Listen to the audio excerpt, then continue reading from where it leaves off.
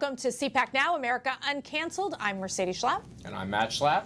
It's great to be here with you all again as we're rolling into summer, right? Yeah, it's great to be back in D.C. I was up in New York City, which I What do you think? How was it? I think, look, a lot of marijuana in the air, I'll be honest with you. It's a little alarming. Don't tell me you got high. You can get high just walking to Chick-fil-A. But New York, I do think they are a little less crazy than these Northern Virginia people we live amongst. Not all of them, just the ones that are socialists.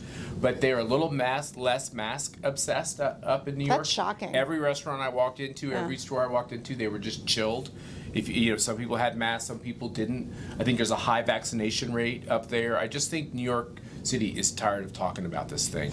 Not so much in Northern Virginia, because so many of the people here live for these alphabet soup agencies that think they're so smart and came up with all these stupid and conflicting rules throughout this whole process. So we need a little help here in Northern Virginia. But New York City, I think, is coming along. Although I will tell you, if you just look at the money that's fled the city, it's not going to be the same for a long time. A lot of closed restaurants, a lot of closed stores. Errors, yeah, but you had an interesting experience at the bank where you weren't wearing a mask. You go into the mask, woman's wearing a mask, big plexiglass in front, and she yells at you.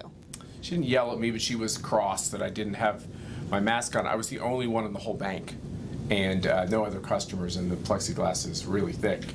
I think it's bulletproof, so I think pretty sure it's coronavirus proof to go through that. Yeah, well, as you know, Schlapp has not been a fan of the mask, and also we know that Dr. Fauci will not be invited to CPAC Dallas, right, Schlapp? I don't know. We're considering it. You got email us and let us know your thoughts as to whether or not we should let him have some time. Should Dr. Fauci be at CPAC, Texas? If we did invite Fauci, the one thing you can guarantee is the little guy's going to show up. He's never said no to being on TV in his whole life.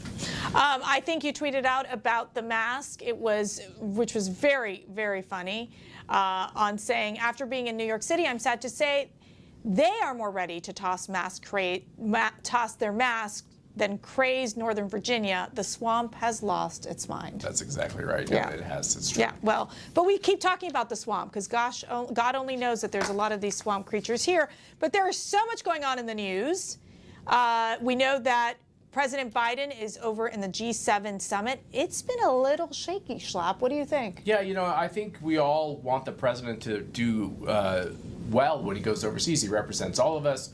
You know, the communist Chinese government's watching, Russia's watching. I said this a little bit on Newsmax last night. So you want him to have a solid performance. And I think even those folks that love Joe Biden would have to say, look, it hasn't been a solid performance. He hasn't done anything just terrible. He hasn't caused a war or something, but he's definitely sent the message that he's an old guy.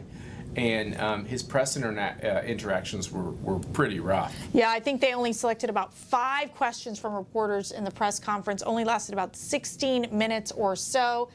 Very different than what we saw with President Trump. Very long pauses in that 16 minutes. Yeah, it was and then it was complete silence. Sad. But one other interesting point is that the traditional, what they do when they have these bilateral discussions is have the two presidents to have a joint press conference. So President Biden meeting with President Putin, and they're not doing that because I think, and this is just my conspiracy, this is my thinking, is that the Biden administration doesn't want Putin to upstage Biden. What do you think?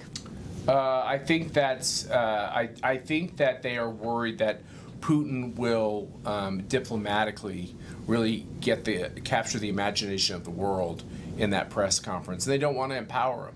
So it's a reality of Joe Biden. They're just the lock and key approach to Joe Biden actually is the right way to do it. They need to keep him from having too many press conferences. I mean, I know we're on the other side politically, but like if you were advising him, you'd probably do the same thing. But my question back for you is, as someone who's just come out of a White House in the comms team, what are they going to do with the vice president?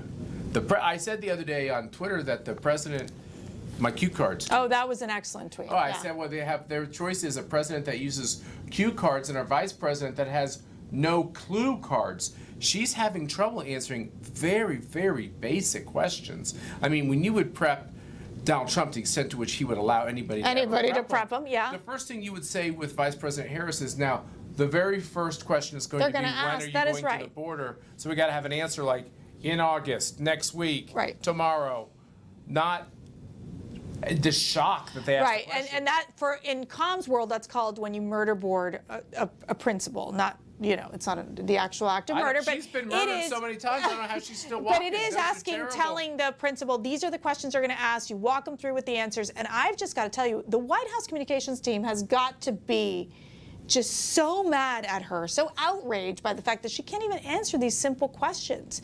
And so I think that it's hurting. The team is incompetent, because we know a lot of members of the Biden comms team. I don't know who has what title, but there's a lot of competent people there. There's no excuse for not being able to answer some of these basic questions. Right. Like, I'm the border czarina, and I'm just never going to go to the border. Did you say czarina? I did. What is that? She's a woman czar. Matthew, but they don't do genders. I don't know what you're talking about. There are no genders. I'm sorry. So here's when Roger Williams is on, if you really think about it, you know what the vice president's really saying is, she didn't want to go to Texas, which is the overwhelming majority of the border. That's right. She wanted to go to Texas. Like, why wouldn't you want to go to Texas? I thought Texas was turning from red to blue. I thought Texas was purple. I thought they were about ready to win Texas. Because you don't win Texas by never going to Texas, especially on the number one issue that they all care about. Yeah, it's been a disgrace. The mere fact that they don't talk to anyone in the administration is reaching out to these congressional members, to the governor in Texas. It is a pure disaster, chaos at the border. We're going to keep our eyes on it. We're going to be down in CPAC, Texas, July 9th through the 11th. We're going to be talking about Biden's border crisis. But we have a real special guest coming on, Congressman Roger Williams. And I know you were talking about this great political ad that he Look, we all probably love with. and hate political ads, but Roger Williams is one of the greatest political ads I've ever seen. And you tell us what you think. We're going to play it for you now and be back with Roger on the other end. You're not a victim. You're a patriot. You're an opportunist. Let's take advantage of it, okay? They don't listen to me. I've been talking to these guys forever, and they still do not listen. Unbelievable. All these guys want is they want more shelter, they want more feed, but yet the government's making it harder on me. They're taxing me to death. I can't afford to build that. When I don't build it, they think I owe it to them. See, all you guys want, you want a handout. I don't have something in it, now you're getting mad again, okay? Years ago, we didn't have this problem, but now it's just a hassle to get them to do anything. Don't turn your head. I know you're embarrassed because you're part of the problem, all right? But we can turn it around. These donkeys don't live in the United States of France. They live in the United States of America. They're going to have to get with it. You all heard me talk about the Constitution. Have you ever heard of the Constitution? It's a great document. They keep thinking that Obama's going to take care of them, that Obama's going to feed them, Obama's going to build their barn. Look, if I can get Obama out of health care and we start that, I can get these teeth fixed that you got, okay? I can get them fixed, all right? But he's got to get away. He's got to let me do the things I need to do. See those big ears? He still can't hear me. Unbelievable.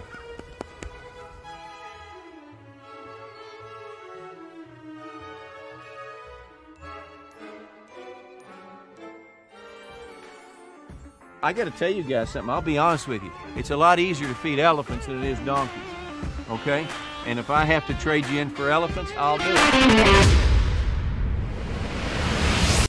And now joining us, Congressman Roger Williams of Texas. He's got a 92% ACU rating.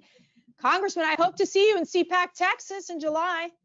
Well, I can't wait. I'm so glad you're coming to Texas. Maybe you'll end up staying there because it's such a great state. But everybody's ready for you. People are excited. So I'm really excited you're coming. No, it's going to be great. I know it's probably going to be a hot day in Dallas, Texas, but as a Floridian, I can take the heat, let me tell you.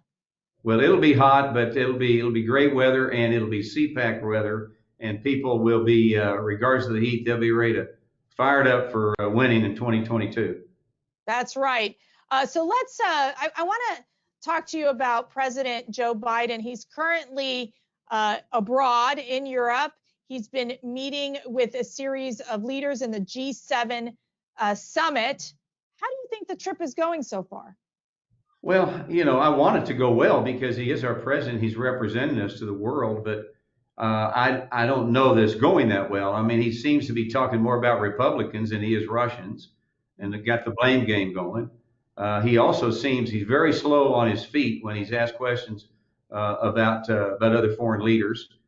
So I want it to go well, but I don't think at the end of the day much will come out of it from a strength standpoint of our country. I think the other leaders look at him as being a weak president that basically maybe cannot make a decision.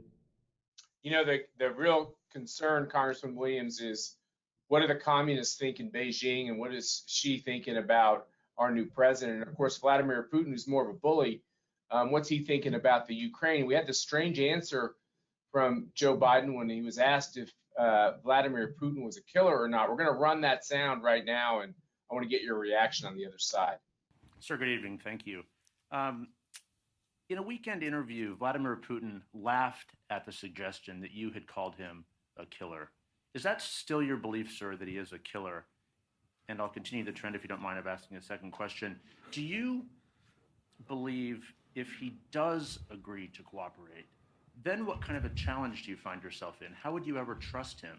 And if Ronald Reagan said trust but verify, what do you say to Vladimir Putin? To answer the first question, I'm laughing too. They actually, well, look, I mean, he has made clear that the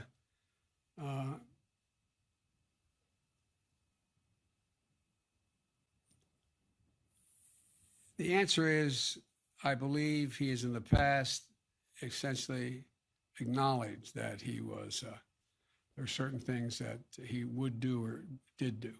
But look, when I was asked that question on air, I answered it honestly. But it's not much of a, I don't think it matters a whole lot in terms of this next meeting we're about to have. Roger Williams, you saw that as it was getting beamed across the world. You're a member of Congress. How did that make you feel? Well, it made me very nervous. Frankly, I was in a room all by myself, and I felt very nervous. And I just thought we had a president was not up to his game to give an answer, and then to have that huge pause, it was like he was waiting for somebody to give him the answer. So it was an uncomfortable time for me. I can imagine what it was like if you were there. Well, I think another very uncomfortable moment was Kamala Harris having to answer a very simple question, that of when are you coming to the border? And she got very defensive. Let's play a clip on that. And you've seen that one where she totally makes a mistake. She basically says she doesn't want to go to Texas. Yeah. 5, 4, 3, 2. Look, we know that Kamala Harris was a senator, now as a vice president. What is going on with Kamala, and when? When is she going to the border? Well, she needs to go. She's in charge of the border. What's it been, 82 days now that she is in charge of something she hadn't gone to? That's pretty scary. But the fact of the matter is, she commented in the interview that we've all seen that she hadn't been to Europe. Well, why hadn't she been to Europe? I mean, that's not an answer. And the problem is she knows what she's going to see down there, and she's going to be forced to react. And she hasn't. The border is not Central America. The border is Texas and Arizona, where we are literally fighting for our sovereignty down there. So she doesn't want to go down there for whatever reason. She's the same lady we know that says that we got people down there that remind her of the KKK, and people that remind her of other things. And by the way, let's defund police and law enforcement. That's not a good start for America. You know, she's fought a lot harder to keep Brett Kavanaugh off the Supreme Court than she's fighting to keep illegals from crossing the border in Texas. Yeah, and I think she's overmatched, frankly. I don't think it's an issue of whether she's Republican, Democrat, conservative, liberal, whatever. I just think she's in a position she's overmatched. And it's showing. And again, the world sees this. And the world sees our president not able to answer. The world sees our vice president not doing her role and laughing about everything. And it's a serious time for America. Somebody's got to take it serious. I hope they begin to do it. Yeah, Matt, you made a really interesting point earlier in talking about Kamala and her transition from being a senator to a vice president. Yeah, in my opinion, Roger, that I think one of the things that Kamala Harris is having trouble with is she's good when she's the bullying prosecutor, when she's asking the really over-the-top questions at a Senate hearing. That's the role she's played her whole life. She knows how to do that. But when you're the president or the vice president, you got to step outside that role. You got to be everyone's vice president, everyone's president, especially on these questions that a lot of Democrats care about too. You know, coming from the state of Texas, there's a lot of Democrats who don't like an open border either. It seems to me, like you said, she's overmatched. She also doesn't know what position she's playing. Well, right, and like you say, she's had a life of a punching bag. She hits and no one hits back. And now we need to have some salesmanship about us for crying out loud. I mean, let's try to make a deal. Let's talk about how we can make things better. But I'm so disappointed in her and this administration by ignoring basically what's happening at that border and going to the Central America border. That is not the border we need to be worried about right now. Yeah, that's a great point. And what we have seen is that Governor Greg Abbott, who we had on the show last week, he talked about building. You all in Texas are going to build your own wall if the federal government's not going to help you out. Why is it so important to make sure that we have the security in place at the border? Well, we have to, and you can start with so many things. Let's start with sovereignty. We know about that. But how about people don't want to talk about all the drug issues? Look at the fentanyl they're finding down there that could kill all of Americans. You've got all these people coming between the ports of entry. You've got children. You've got the coyotes. You've got $1 billion a quarter going through the system with people paying to have their families brought up here. That's the problem. And we had in May, I think it was 886,000 confrontations. Our jails are full in Texas. We got people held up in downtown Dallas. We got them in Fort Bliss. We got them in San Antonio. They're wanting to bring them to Fort Hood. I mean, it's totally out of control. And these folks are going to be let out. They're hungry. They have no job. They can't speak English, and bad things are going to happen. We've got to build the wall. We've got to stop catch and release. We've got to get more judges down there. We've got to get more border patrol. And if the federal government won't build the wall, Governor Abbott said we'll spend, I think, $1 billion of Texas money to get a wall going again. That's what we have to do. Then we'll worry about Central America. Roger Williams, you and I have talked many times on this show, and when we talk not on this show, about woke corporations, what's going on with professional sports, and quite frankly, too many times with college sports. You've helped us have a couple of conversations with the commissioner of Major League Baseball. Other of your colleagues have helped the ACU have conversations with others as well. Does it seem like that, not collectively, but individually, a lot of these corporations are pressing pause? Or do you think they're just putting a little camouflage on themselves and they're still kind of in this woke movement that we're seeing destroy America? Well, it is destroying America. And I actually think there are some that are pausing. I think Major League Baseball may be pausing to take a look at maybe their decision. But there's some other businesses like American Airlines and some of the airlines and these big corporations, they seem to be drilling down on it. And, I don't know when these CEOs became such experts on elections and experts on the Constitution. I mean, that just all of a sudden happened. And, America deserves better. And I think people are beginning to pause. But at the other side, there's no middle ground. There's some and banks are pressing forward.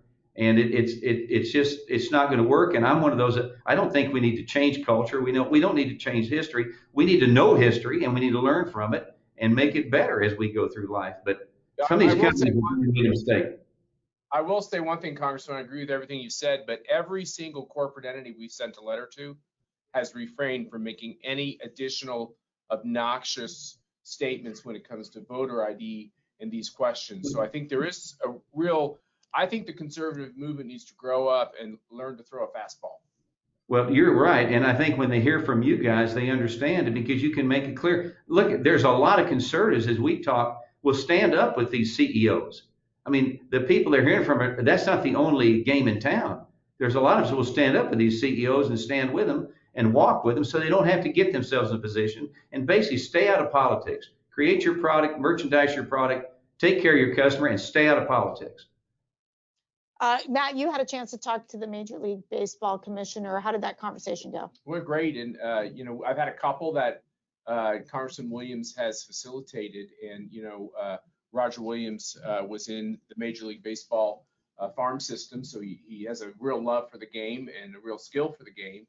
And I think it breaks people's hearts who just want baseball to be baseball and bring us together. It's the kind of thing that used to bring us together as a nation when we had differences. The problem is when you politicize sports, it actually helps drive us even further apart. And I think these conversations are really going in the right direction, Congressman. Well, that's great. And it's because of your efforts, because they have to know that conservatives, we're not just going to, take a shot in the nose and not do anything, because That's right. there's more of us than them. I firmly believe that, and we got to stand our ground and what we stand for. And if we got to swing back, we'll swing back.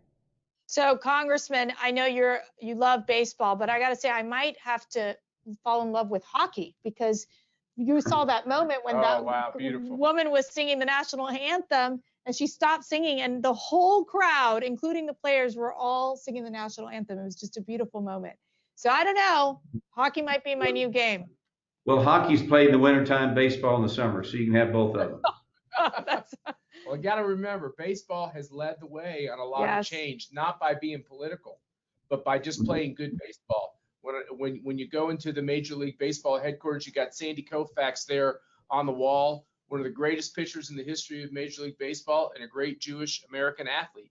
You got Jackie Robinson, another Dodger. I'm kind of partial to the Dodgers, who helped the whole society deal with questions of racial animosity, not because they picked him because he was a black man.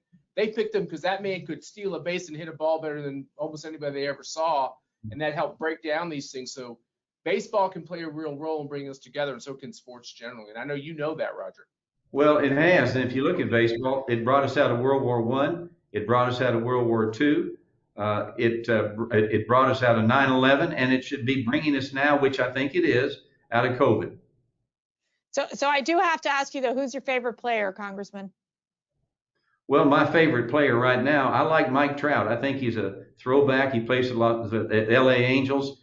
He's a throwback to the old days, the 40s, 50s, 60s, and he's a good ball player. I like Mike Trout. Well, that's high praise. I wish I was Mike Trout.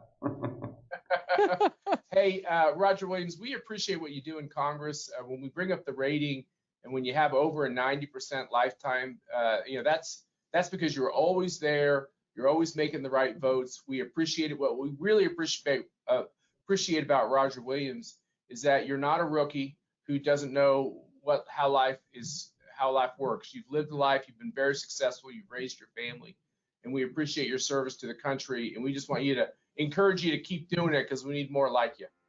Well, thank you, and you guys help us do that, and you stand with us, and we appreciate it. And a big 2022 is going to be big for us, and I think we'll succeed. You all have to go to CPAC in Dallas, Texas. You're going to see Roger Williams. You're going to see all your heroes out there in the country. Keep following us on social media. Follow me at @mschlapp, but be prepared to be upset sometimes if you follow me, and at Mercedes Schlapp on Twitter. Of course, Twitter is not our favorite platform. Where do they follow the congressman? That's more Roger Williams, what's your Twitter handle? What's our Twitter handle? Rep R. Williams. Rep R. Williams. I've been kicked off Twitter twice, though. I'm one of them. Oh, there you go. If you want to know Roger Williams' Twitter handle, just go to my Twitter, because I retweet Roger all the time, because it's a great Twitter feed. And make sure you get online at conservative.org and get your tickets for CPAC. And we'll be right back with you again soon.